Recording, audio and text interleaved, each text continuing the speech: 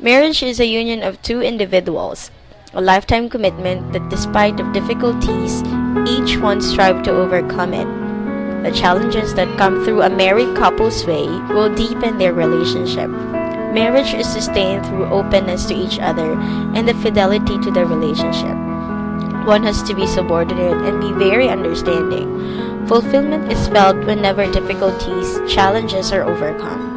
The children serves as an inspiration to married couples to strive more and to fulfill our duties and responsibilities.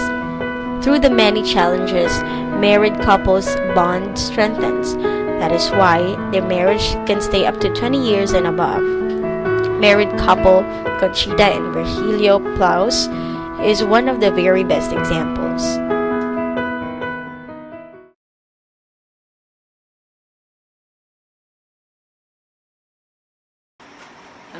Nakilala kami doon sa tsuhing ko, doon sa San Andres. Kasi yung tsuhing ko, ang asawan yon, tiyahin din niya. Bago nakinasal kami kaagad sa Huwis. Puro pag nung mga ilang kuan lang, isang taon bago kami nagpakasal sa pari.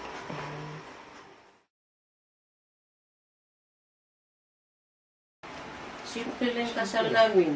Alam mo yung kasal namin, napaka-kuan. Kasi, pero mo, kasi kami lang, mga magulang namin, andos probinsya. Napakasal kami. Namaling maaga siya, namalingki, mga amati siya. Ay, alas City yung kasal namin. Pero mo, namalingki siya. Pagdating, naglutuan pa siya doon sa, hiwa-hiwa pa siya doon sa paglutuin yun. Kasi yung meron kami kusinero din.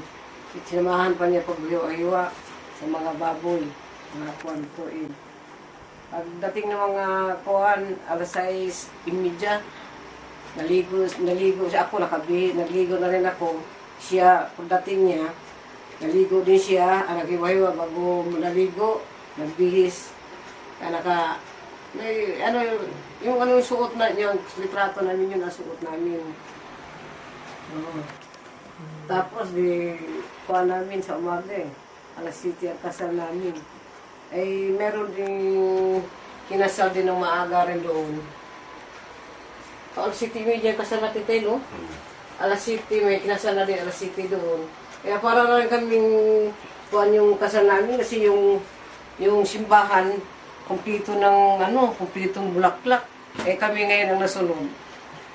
Kasi yung magandang kasalan yun eh.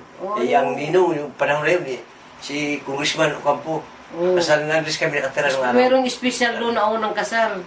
Kaya kami nasunod. Siyempre, magandang... Parang special na rin yung aming doon. Maganda ng bulaklak eh. Yung pakita doon sa simbahan, mga bulaklak, ang ganda yung namin, yung aming kasal. Akala mo, special. Ang ganda ng eh. Kaya lang, sumunod. Pagdating doon sa bahay, kasi sa bahay lang ang aming reception, kami lang, ang mga tiyulin niya, tiyahin ko rin.